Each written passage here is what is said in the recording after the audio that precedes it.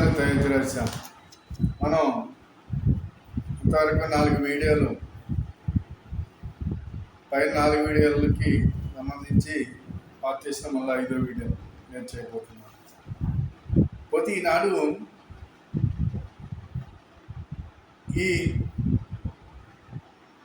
రకంగా అనేక రకాలు చట్టాలు వగేరాలు చేసి ఈ దేశంలో ఒక అగ్నిగుండం తయారు చేయాలని చేసిన ప్రయత్నాల్లో కాంగ్రెస్ పార్టీ 2014 భారతీయ జనతా పార్టీ అధికారంలోకి వచ్చిన తర్వాత మోదీ గారు చేసేటువంటి అనేక ప్రయత్నాలు ఏవైతే ఈ విషసర్పాలను తయారు చేసిందో ఈ కాంగ్రెస్ పార్టీ వీటిలన్నిటిని నిర్మూలించడానికి ఈనాడు మనకున్నటువంటి ప్రధానమంత్రి చేసేటువంటి ప్రయత్నాలు అన్నిటి మీద బీబీసీకి సంబంధించినటువంటి ఒక జర్నలిస్టు మార్క్ టుల్లీ అనే ఒక ఆయన ఏమని రాశాడు అంటే, ఆయన ఏమన్నారు అంటే, ఏళ్ల తరబడి విషపురుగుల బారిన పడిన ఈ దేశం చూడండి, ఏళ్ల తరబడి భారతదేశం విషపురుగుల బారిన పడినటువంటిది. ఈ విషసర్పాల్ని మోడీజీ పెగలిస్తూ ఉన్నారు. ఏం చేస్తున్నారు? ఈ విషసర్పాలన్నింటినీ కూడా ఈయన ప్రకలిస్తూ ఈ సర్పాలతో పోరాటం సాగిస్తూ ఉన్నారు. ఈయన దీనికోసం ఈయన నిరంతరం రాత్రింబవళ్ళు కూడా కష్టపడి ఎక్కడా కూడా ఒక సెలవు కూడా లేకుండా విరామం లేనటువంటి ఒక పోరాటంతో ఈనాడు ఉన్నటువంటి ప్రధానమంత్రి చేసుకెళ్తున్నారనేది ఆయన చెబుతున్నది. పోతే ఈ దేశంలో అన్ని విషసర్పాలకు మోదీజీ సరైన మందు ప్రయోగిస్తున్నారు. ఏం ప్రయోగిస్తున్నారు? ఒక మందు, సరైనటువంటి మందును ప్రయోగిస్తున్నారు. అందుకే పాములన్నీ మెలికలు తిరిగిపోతున్నాయి. ఇది ఆయన బీబీసీ యొక్క జర్నలిస్ట్ చెప్పింది. ఈ పాములన్నీ మెలికలు తిరిగిపోతున్నాయట. ఈ పాములన్నీ మెలికలు తిరిగిపోతున్నాయి అనేది మనం గమనిస్తూనే ఉన్నాం కదా. మరి ఏదైతే ఈ రోజున ఇండి కుటుంబంతో దాని ఇష్టం వచ్చినట్టు ఏం మాట్లాడుతుందో తెలియదు. దేశ వ్యతిరేక కార్యకలాపాలు, దేశంలో అనేక మంది ఈ దేశంలో విద్రోహ శక్తులందరికీ కొమ్ము కాస్తూ ఇక్కడ సెక్యులరిస్టులు అంటూ కుహానా మేధావులు వీళ్ళందరూ ఏకమై చేసేటువంటి కార్యక్రమాలు ఇక్కడ వాళ్ళకి సాగక మెలుకులు తిరుగుతూ ఉన్నాయి. ఇవి పోతే ఇక్కడ ఉన్నటువంటిది ఏంటిది? ఈ విషసర్పాలు ఏంటి? వామపక్షాలు. వామపక్షాలు ఎక్కడ సిద్ధాంతాన్ని తీసుకొచ్చి భారతదేశంలో రుద్దుతుంది? చైనా, రష్యా యొక్క సిద్ధాంతాన్ని తీసుకొచ్చి భారతదేశంలో రుద్దుతూ ఇక్కడ ఉన్నటువంటి యొక్క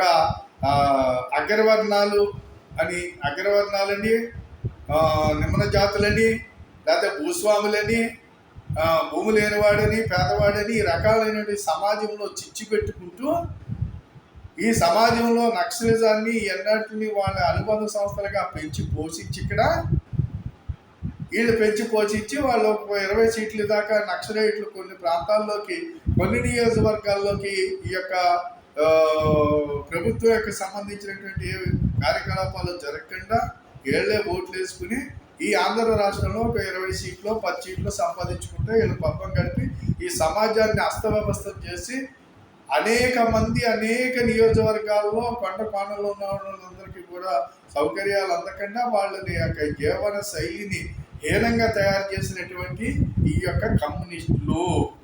ఈ కమ్యూనిస్టు వాళ్ళు పోతే మావోయిస్టులు. ఈ కమ్యూనిస్టులో నుంచి ఒక అనుబంధ సంస్థ మావోయిస్టు. ఈ మావో ఎక్కడదండి? చైనాలో ఏర్పాటు చేసినటువంటి వాడు. చైనాలో అక్కడ ఉన్నటువంటి ఆ దేశంలో తిరుగుబాటు చేయటం గురించి మావో అనేవాడు ఈ కమ్యూనిజాన్ని ఏర్పాటు చేశాడు. అంతమైపోయాడు. వాడు అడ్రస్ లేకుండా పోయాడు. అక్కడ అది ఎప్పుడో మట్లో కలిసిపోయాడు, అయిపోయింది.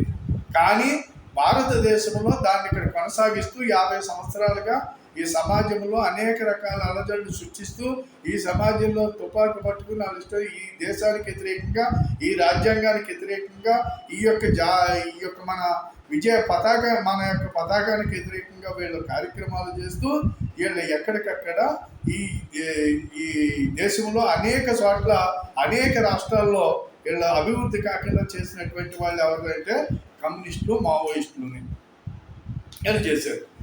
ఇక్కడ జిహాదీలు, ఈ జిహాదీలు అనేవాళ్ళు ఏర్పడి ఎక్కడికక్కడ మామూలుగా జిహాదీలు ప్రపంచమంతా కూడా ఇస్లాం రాజ్యం చేస్తామని చెప్పేసి వీళ్ళు. ఇప్పుడు ప్రపంచ దేశాల్లో ముస్లింలు ఉన్నారు, అందరూ ఈ రకంగా ఉండరు, ఎవరి కాదు శుభ్రంగా పద్ధతిగానే బతుకుతారు. భారతదేశంలో కూడా చాలా మంది ఉన్నారు. ఈ ఇందులోంచి జిహాదీలు పుట్టుకొస్తూ ఉంటారు. ఇస్లాం రాజ్యం చేస్తాం ఏంటి? ఇస్లాం రాజ్యం వీడు బోర్డు రాజ్యం, వీడి రాజ్యం చేయడం ఏంటి? ఎక్కడికక్కడ మామూలుగా ప్రశాంతత లేకుండా వీళ్ళని ముస్లిం దేశాల్లోనే వాళ్ళు కొట్టుకుని చెప్తా ఉంటారు. ఆడవాళ్ళని మగవాళ్ళు బతకనివ్వరు. ఆడవాళ్ళు అంటే మామూలుగా ఆడవాళ్ళని చెప్పే రకరకాలైనటువంటి సిద్ధాంతాలన్నీ సియాలి సున్నీలకి పడదు, ఇంకా ఎవరెవరికో పడదు. వీళ్ళు కొట్టుకు చెప్తారు ప్రపంచాన్ని. వీళ్ళు ఇస్లాం రాజ్యం చేస్తామని చెప్పి వీళ్ళు జిహాదీలు పుట్టుకొచ్చారు. ఈ జిహాదీలు, అలాగే నక్సలైట్లు, తర్వాత ఈ మావోలు, వామపక్షాలు, కమ్యూనిస్టులు, మిషనరీలు. ఇకపోతే మిషనరీలు, ఈ మిషనరీలు అవి కూడా బ్రిటిష్ వాడు ఇక్కడ వదిలి వెళ్ళిపోయినటువంటి ఈ దరిద్రాన్ని పట్టుకుని ఇక్కడ కొంతమంది వీళ్ళని విదేశాల నుంచి ఫండ్ తెచ్చుకుని విదేశాల నుంచి ఇక్కడ క్రైస్తవ దేశంగా మార్చాలి ఇదని చెప్పేసి వీళ్ళ ప్రయత్నాలు చేస్తే అక్కడి నుంచి ఫండ్ తెచ్చుకుని ఎక్కడికక్కడ మామూలుగా వీళ్ళు చాలామంది పారంభోగులందరూనే పాస్టర్లుగా తయారయ్యి వీళ్ళు ఒక పుస్తకం పట్టుకుని గ్రామాల్లోకి పోయి అక్కడ మామూలుగా అక్కడ పాకేయటం, అక్కడ 10 మందిని దేవుడు పరలోకానికి వెళ్తాము మనం, అది ఇది, మీకు జబ్బులు తగ్గిపోతాయి, మీకు ఇది తగ్గిపోతాయి, మీ అభిప్రాయాలు తగ్గిపోతాయి, గుంటోడు లేచి నడుతాడు, గుంటోడు కడుతాడు చూస్తాడు అనేటువంటి రకరకాలైనటువంటి అబద్ధాలన్నీ చెప్పి కొంతమంది అమాయకుల్ని మతాలు మార్చి వాళ్ళ దగ్గర వాళ్ళు సంపాదించే దాంట్లో 10% సంపదని వీళ్ళు బలవంతంగా గుంజుకుని వీళ్ళ బతుకు తెరువు కోసం ఇక్కడ వీళ్ళు సాగిస్తున్నటువంటి ఈ మిషనరీ యొక్క కార్యక్రమాలు ఈ రకంగా చేసి ఇక్కడ దీన్ని పెంచి పోషిస్తూ ఉన్నారు. దీన్ని పెంచి పోషించడానికి కాంగ్రెస్ పార్టీ ఎంత చెయ్యాలో అంత చేసింది, ఇక్కడ మామూలుగా చేయలేదు. ఈ మిషనరీని మామూలుగా పెంచి పోషించడంలో చాలా శాప కిందని ఇలాగ ఎన్నో కార్యక్రమాలు చేయడం జరిగింది. దానికి సోనియా గాంధీ, మన్మోహన్ సింగ్ ప్రధానమంత్రిగా ఉండగా ఆయన్ని ఒక మరమనిషిగా పక్కన కూర్చోబెట్టి దేవుడి గారు ఈ దేశంలో క్రైస్తవిజాన్ని పెంచి పోషించడానికి చేసినటువంటి ప్రయత్నాలు చాలా వాళ్ళకి ప్రత్యేకమైనటువంటి ఒక చట్టాలు చేయటం, వాళ్ళ ప్రత్యేక వాళ్ళకి భావ ప్రాప్తి అని చెప్పటం, వాళ్ళ మత ప్రచారం చేసుకోవడానికి ఒక ఆర్టికల్ సృష్టించడం ఇవన్నీ చేసి ఇక్కడ ఈ దేశంలో మిషనరీల యొక్క పెరుగుదలకి దోహదపడినటువంటి 10 సంవత్సరాల పాలన మన్మోహన్ సింగ్ యొక్క పరిపాలన, అలాగే ఈ రాష్ట్రంలో రాజశేఖర రెడ్డి పరిపాలన, అలాగే చూసినట్లయితే మామూలుగా మీకు కేరళలో కమ్యూనిస్టు పరిపాలన, అలాగే తమిళనాడులో డిఎంకే పరిపాలన, వీళ్ళందరూ కూడా చేసేటువంటి ఇలాంటి రాష్ట్రాలు, అలాగే పశ్చిమ బెంగాల్లో మమతా బెనర్జీ, వీళ్ళందరూ కూడా ఈ సరిహద్దు గ్రామాల నుంచి వచ్చేటువంటి అవతల నుంచి యువతలకి వాళ్ళని దొంగచాటున రావటం, వాళ్ళందరికీ ఆధార్ కార్డులు, వాటర్ కార్డులు ఇచ్చి వాళ్ళ యొక్క అతిథితోటి వీళ్ళు ప్రభుత్వాలు నిలబెట్టుకునే గురించి చేసేటువంటి దుర్మార్గమైనటువంటి కార్యకలాపాలు ఈ దేశానికి రాబోయే రోజుల్లో పెద్ద గండంగా తయారవుతుంది. ఆ రకంగా తయారు చేశారు వీళ్ళందరూ కూడా. ఈ రకంగా ఇక్కడ ఈ సర్పాలన్నింటినీ కూడా ఇక్కడ ఈ దేశంలో ఈ సర్పాలన్నింటినీ తయారు చేశారు అని చెప్పి ఈ బీపీసీ యొక్క జర్నలిస్టు చెప్పినటువంటిది. పోతే ఈ ఇసు సర్పాలని భరతమాత పుణ్యభూమిని పూర్తిగా మింగేసి మన భావితరాలు ఏడవటం తప్ప వేరే మార్గమే ఉండదు. ఈ సర్పాలన్నీ తయారయ్యి ఈ భారతదేశాన్ని మింగేసిన రోజున మనం ఎక్కడికి వెళ్ళాలో తెలియదు, మనం ఏడవటం తప్ప వేరే మార్గం లేదు. మరి వీళ్ళందరినీ సర్పాలన్నింటినీ కూడా అంతం చేయటం కోసం మోదీజీ చాలా కష్టపడాల్సి ఉంది అని ఆయన కష్టపడాల్సి ఉంది, ఆయన పోరాడవలసిన అవసరం, ఇంకా పోరాటం చేయవలసినటువంటి అవసరం ఉందని చెప్పి ఇక్కడ ఈ బీపీసీ జర్నలిస్ట్ చెప్పడం జరిగింది. పోతే మరి ఇలాంటి అవాంతరాలన్నిటినీ కూడా ఈ రోజునే వాటిని ఎక్కడికక్కడ తుంచుకుంటూ ఈ దేశ వైభవ స్థితికి తీసుకెళ్ళటానికి ఆర్థికంగా అన్ని రంగాల్లోని కూడా ముందుకు తీసుకెళ్తున్నటువంటి మోదీజీకి మరి మనం ఎంతవరకు ఈ యుద్ధం చేస్తున్నటువంటి మోదీజీకి మనం ఎంతవరకు సహకరించాలి, ఆయన వెనకాల మనం ఎంతవరకు ఉండాలి అనేది మనమే ఆలోచించుకోవాల్సినటువంటి అవసరం ఉంది.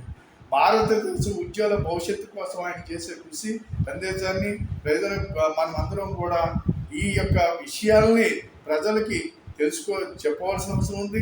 మన పక్కన ఉన్నటువంటి ఇసుక సర్పాలను గమనించుకోవాల్సిన అవసరం ఉంది. ఈ ఇసుక సర్పాలను ఎక్కడికక్కడ మనమే తుంచేయవలసినటువంటి అవసరం ఉంది.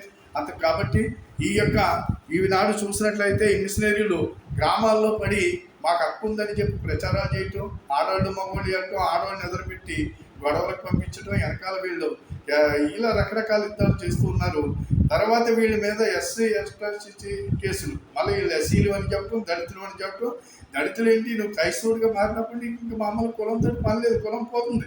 అందుకు కాబట్టి ఇక్కడ జనాలు ఏ రకంగా భయపెడుతున్నారంటే దళితులు మేము ఎస్సీ ఎస్టీలు కేసులు పెడతాము, దళితులు మీరు ఈ రకంగా చేస్తున్నారు, ఆ రకంగా చేస్తున్నారు. క్రైస్తవులుగా మాట్లాడతలేదు వీళ్ళు వెళ్ళి ఇక్కడ ఉన్నటువంటి ఈ చట్టాలని, ఈ యొక్క దరిద్ర కొట్టు చట్టాలను ఆధారంగా తీసుకుని దళితులు అని, ఎస్సీ ఎస్టీలు అని రకరకాలైనటువంటి భయపాంతులు గురి చేసి తెలియనటువంటి అమాయక ప్రజల మీద దాడి చేస్తున్నారు. అలాగే వీళ్ళందరి దగ్గర గుంజుకుని 10% దశభాగాలు గుంజుకుని అందరినీ కూడా అమాయకులందరినీ కూడా మామూలుగా వీళ్ళు ఎక్కడికక్కడ నాశనం చేస్తున్న అమాయకులందరినీ కూడా ఇబ్బందులకు గురి చేస్తున్నారనేది ఈ సందర్భంగా మనం తెలుసుకోవాల్సినటువంటి అవసరం ఉంది, గమనించుకోవాల్సినటువంటి అవసరం ఉంది. వీళ్ళందరిపైన ఎదురుదాడి, వీళ్ళందరిపైన గ్రామాల్లోకి రాకుండా ఎదుర్కోవాల్సినటువంటి అవసరం ఉంది. వీళ్ళు ఎక్కడికక్కడ మట్టి పెట్టవలసినటువంటి అవసరం ఉందని చెప్పి ఈ సందర్భంగా కోరుతున్నాను.